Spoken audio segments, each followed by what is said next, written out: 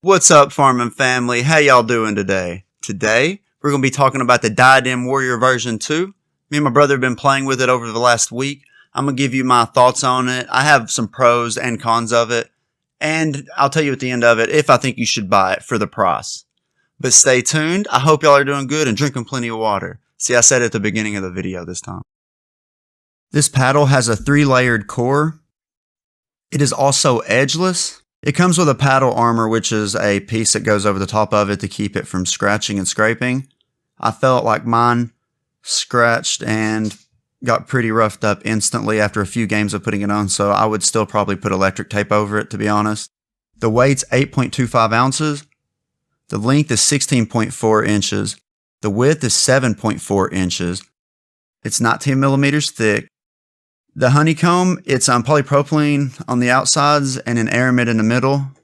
The face is raw carbon fiber, T700, what everybody else is using. And it's thermoformed. The handle length is 5.3 inches and the grip size is 4 1/8 inch.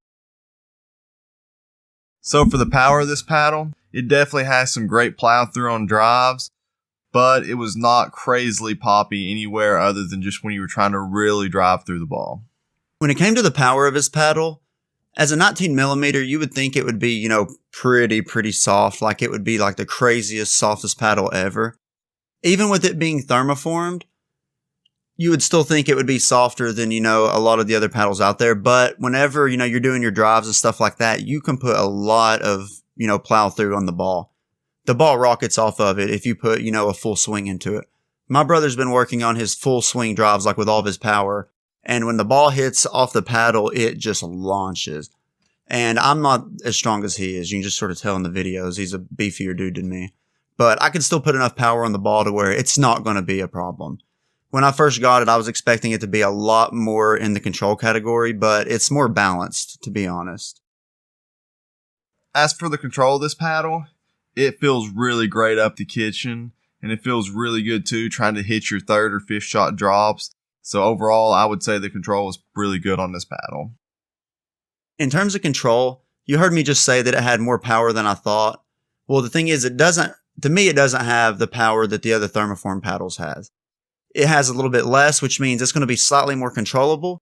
But since it's edgeless, the sweet spot doesn't feel as big. And it makes a weird thudding noise when you hit out from the middle of the paddle, like towards the edges. So the control's good if you're hitting, the ball in the right place. If you miss hit, then it's going to not perform as good as the other thermoform paddles in the control category. It will definitely be more than enough for you to generate enough topspin to hit some good flicks and some solid topspin drives. I don't really know exactly what I would compare this to.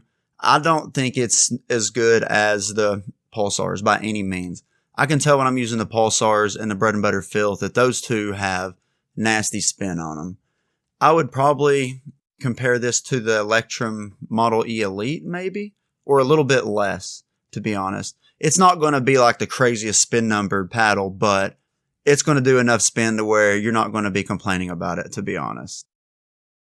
In terms of mobility, I would have thought a 19 millimeter paddle would have been very hard to maneuver, but it was actually really easy compared to what I expected. When I used the ProDrive Carbon, it was extremely head heavy, and you knew you were suffering when it came to hand battles.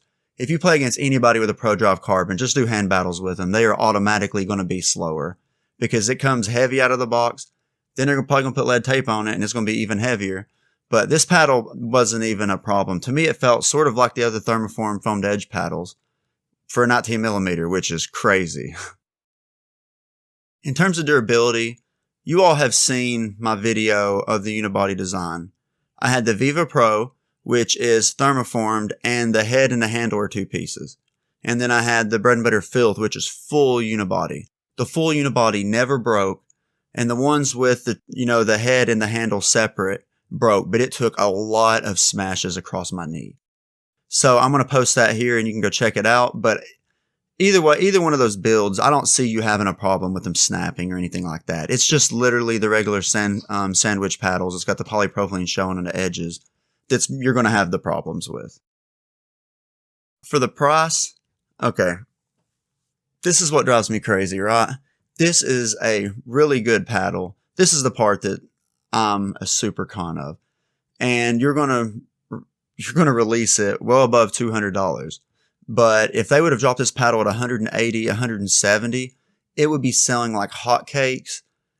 It's somewhat unique compared to the rest of them because it's edgeless. It's 19 millimeters. So it would have, intrigued people enough to buy it. But if people see the over 200 mark, it makes them want to cringe. It's like, oh, this company is overcharging. So I feel like this is a good paddle. It's just for the price of it, it's not worth it in my opinion. So for the price of $230, I would say this paddle is definitely more on the higher end side.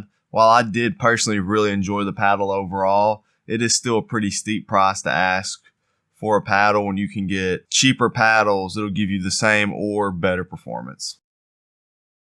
But yeah, this has been my review. Just to go over it, the pros is it's a 19 millimeter, which I've always wanted to play with 19 millimeters. I love thick paddles. I was hoping the Pro Drive Carbon was a little bit lighter, but it wasn't. But the pros, 19 millimeter, it's got enough plow through while still be controllable. I would consider this probably in terms of power and control. It would be like a 1.5 generation instead of a 2. The cons, the price and the edgeless.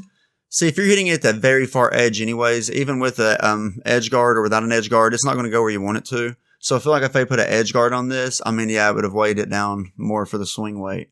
But I feel like it would have made a difference in terms of the sweet spot and, the foam edges. But you can't have everything. But I wish the price was a little bit cheaper. Well, a decent amount cheaper. But until next time, stay safe. Have a good day. Peace, y'all.